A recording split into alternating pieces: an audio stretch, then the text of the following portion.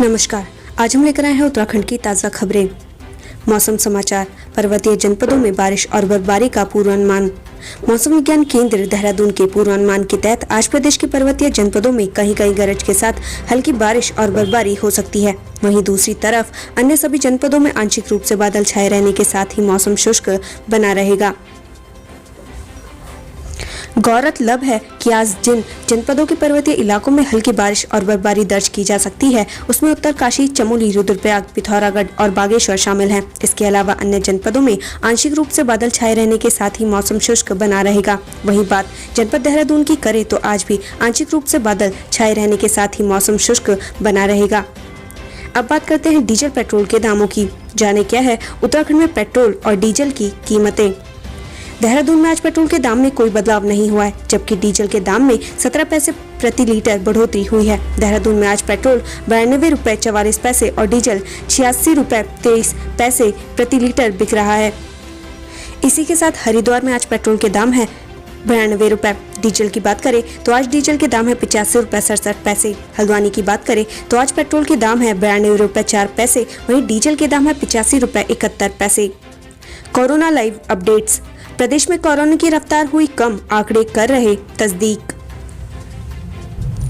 उत्तराखंड में बीते कुछ दिनों से कोरोना के नए मामले काफी कम आ रहे हैं। शुक्रवार को भी कोरोना के 892 नए केस आए हैं। वहीं 4006 मरीजों ने संक्रमण को मात दी है। इसी के साथ बीते 24 घंटों में 43 लोगों की मौत हुई है।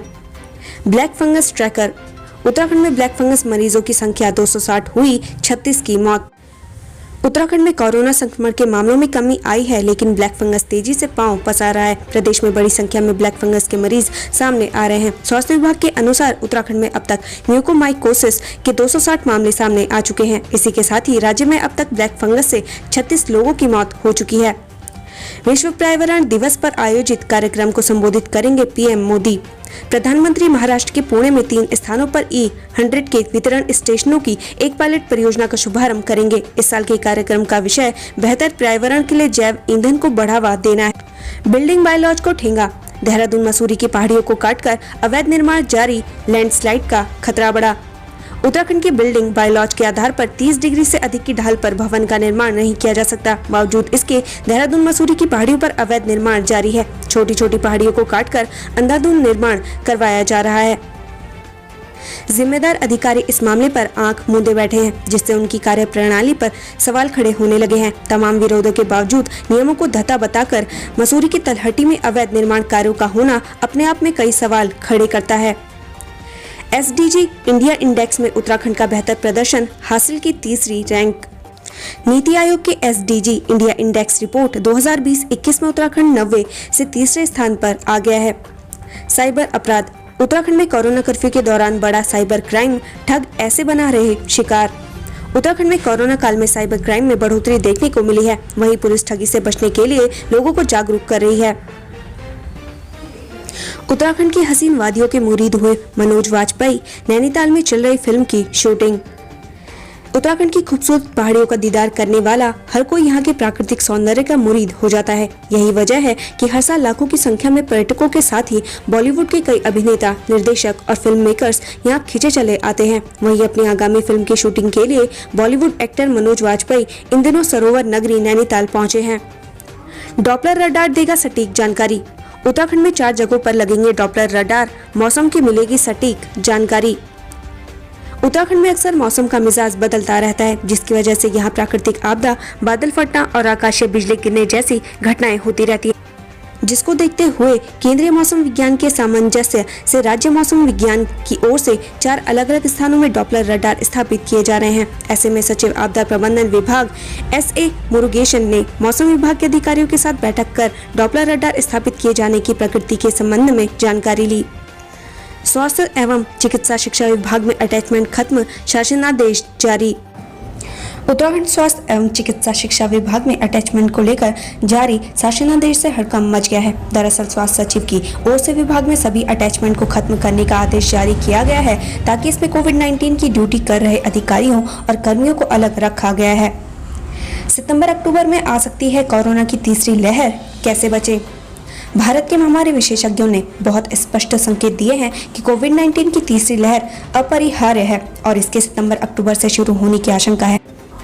इसलिए देश को अधिक से अधिक लोगों का टीकाकरण करना चाहिए। पीएम मोदी ने की कोविड टीकाकरण अभियान की समीक्षा, टीकों की बर्बादी कम करने पर दिया बल। प्रधानमंत्री नरेंद्र मोदी ने देश में कोविड-19 टीकाकरण अभियान की प्रगति की शुक्रवार को समीक्षा की और उसके बाद प्रधानमंत्री कार्यालय ने कहा कि सरकार टीका निर्माताओं को उत्पादन इकाइयों में वृद्धि के साथ ही वित्त पोषण और कच्चे माल की आपूर्ति में भी मदद दे रही है। मासूमियत से बोले सांसद अजय भट्ट, ऑक्सीजन नहीं वैक्सीन बोलना चाहता था, फिसल गई थी जो। उधम सिंह नगर नैनीताल सीट से बीजेपी सांसद अजय भट्ट ने गुरुवार को एक बयान दिया था जिसमें उन्होंने कहा था कि प्रदेश में 14 से 44 साल की उम्र के लोगों के लिए पर्याप्त मात्रा में ऑक्सीजन है। उनका ये बयान जब मीडिया की सुर्खियां बनी तो उन्होंने इस पर शुक्रवार को अपनी प्रतिक्रिया दी। उन्होंने कहा कि वो वैक्सीन के बारे में बोलना चाह रहे थे लेकिन गलती से उनकी जुबान फिसल गई और ऑक्सीजन निकल गया। उनके इस बयान को अन्यथा न ले। राज्यसभा सांसद प्रदीप टम्टा ने सीएचसी बैजनाथ में ऑक्सीजन प्लांट के लिए दिए 35 लाख रुपए। राज्यसभा सांसद प्रदीप टम्टा ने 35 लाख की धनराशि अपने सांसद निधि से ऑक्सीजन प्लांट लगाने के लिए बैजनाथ सीएचसी को दी है। सफाई कर्मचारी संघ ने की पर्यावरण मित्रों को प्रोत्साहन राशि देने की मांग, सौंपा ज्ञापन। पर्यावरण मित्रों को प्रोत्साहन राशि देने की मांग को लेकर देवभूमि उत्तराखंड सफाई कर्मचारी संघ ने उप जिलाधिकारी के माध्यम से सीएम को ज्ञापन सौंपा है। कोरोना कर्फ्यू को लेकर संशय बरकरार, 6 जून तक के आंकड़ों के आधार पर होगा फैसला। प्रदेश में कोरोना कर्फ्यू को लेकर अभी भी संशय की स्थिति बनी हुई है। शासकीय प्रवक्ता सुबोध उनियाल ने कहा कि कोरोना कर्फ्यू का फैसला 6 जून तक आने वाले आंकड़ों के आधार पर होगा। सभासदों ने पेयजल विभाग के कार्य की गुणवत्ता पर उठाए सवाल, आंदोलन की दी चेतावनी। एसएसपी ने पुलिस अधिकारियों के साथ की बैठक, दिए जरूरी दिशा निर्देश। नैनीताल एसएसपी प्रीति प्रियदर्शनी ने पुलिस अधिकारियों के साथ बैठक की, साथ ही बढ़ते अपराध पर लगाम लगाने के निर्देश दिए। सिविल जज अनामिका ने पुरसाड़ी कारागार का किया निरीक्षण। रुद्रप्रयाग में जिला प्राधिकरण के सचिव सिविल जज अनामिका सिंह ने पुरसाड़ी कारागार का निरीक्षण किया। इस दौरान उन्होंने समस्याओं का मौके पर निस्तारण किया। नियुक्ति और प्रमोशन को लेकर चर्चाओं में रेशम विभाग का ये अधिकारी 10 साल में ही पा गया 5 प्रमोशन। रेशम विभाग में मुख्य प्रशासनिक अधिकारी के पद पर तैनात किरण पाल सिंह ने 10 साल 6 महीने में ताबड़तोड़ प्रमोशन पाए। इन 10 सालों में किरण पाल ने जिस तेजी से प्रमोशन पाए हैं उसे देखकर हर कोई हैरान है। हरिद्वार, कोरोना को लेकर सीएम ने अधिकारियों के साथ की बैठक। हरिद्वार पहुंचे सीएम तीरथ सिंह रावत ने कोरोना को लेकर अधिकारियों के साथ समीक्षा बैठक की। इस दौरान सीएम ने अधिकारियों को उचित दिशा निर्देश दिए। रुकी हुई योजनाओं पर सरकार का फोकस, 2 महीने में डीपीआर तैयार कर धरातल पर उतारने के निर्देश। पिथौरागढ़ में कैबिनेट मंत्री बिशन सिंह चुफाल ने अधिकारियों से रुकी हुई योजनाओं की डीपीआर 2 महीने के भीतर तैयार करने के निर्देश दिए हैं। टिहरी, 11,000 केवी की हाई टेंशन लाइन की चपेट में आने से 2 लोगों की मौत। धनौल्टी के अलमस के पास 11,000 केवी की हाई टेंशन लाइन की चपेट में आने से 2 लोगों की झुलसकर मौत हो गई है। घटना के बाद क्षेत्र में मातम पसरा हुआ है तो ग्रामीणों ने बिजली विभाग के खिलाफ भारी आक्रोश भी है। ग्रामीणों ने बिजली विभाग पर लापरवाही का आरोप लगाया है। 23 लाख राशन कार्ड धारकों को जल्द मिलेगी सस्ती चीनी, शासनादेश जारी।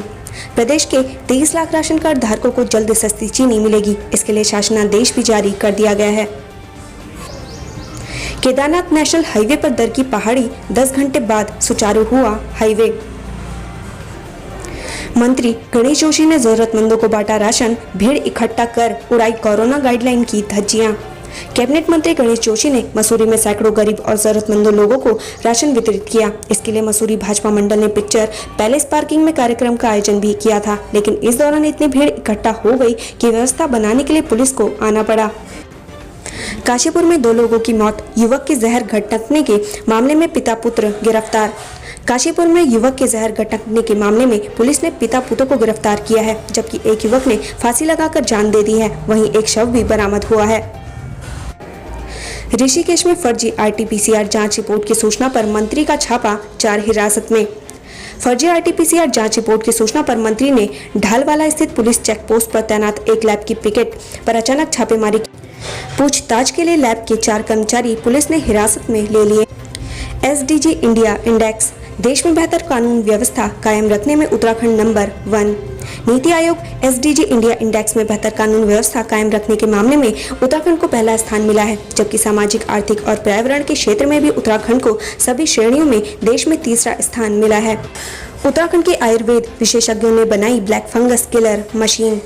देश में कोरोना वायरस की दूसरी लहर का प्रकोप जारी है। इस बीच अब ब्लैक फंगस यानी म्यूकोरमाइकोसिस के मामलों की संख्या भी तेजी से बढ़ती जा रही है। इसी बीच उत्तराखंड आयुर्वेद विश्वविद्यालय के विशेषज्ञ चिकित्सकों ने राहत भरी खबर दी है। उत्तराखंड आयुर्वेद विश्वविद्यालय के कुलपति प्रोफेसर सुनील जोशी ने एक शोध करते हुए एक ऐसी मशीन बनाई है जो वातावरण में पनपने वाले बैक्टीरिया और फंगस का खात्मा करेगी। प्रोफेसर सुनील जोशी ने इस मशीन को पेटेंट करने की भी बात कही है। गहरी खाई में गिरी कार, 2 की मौत, 1 घायल।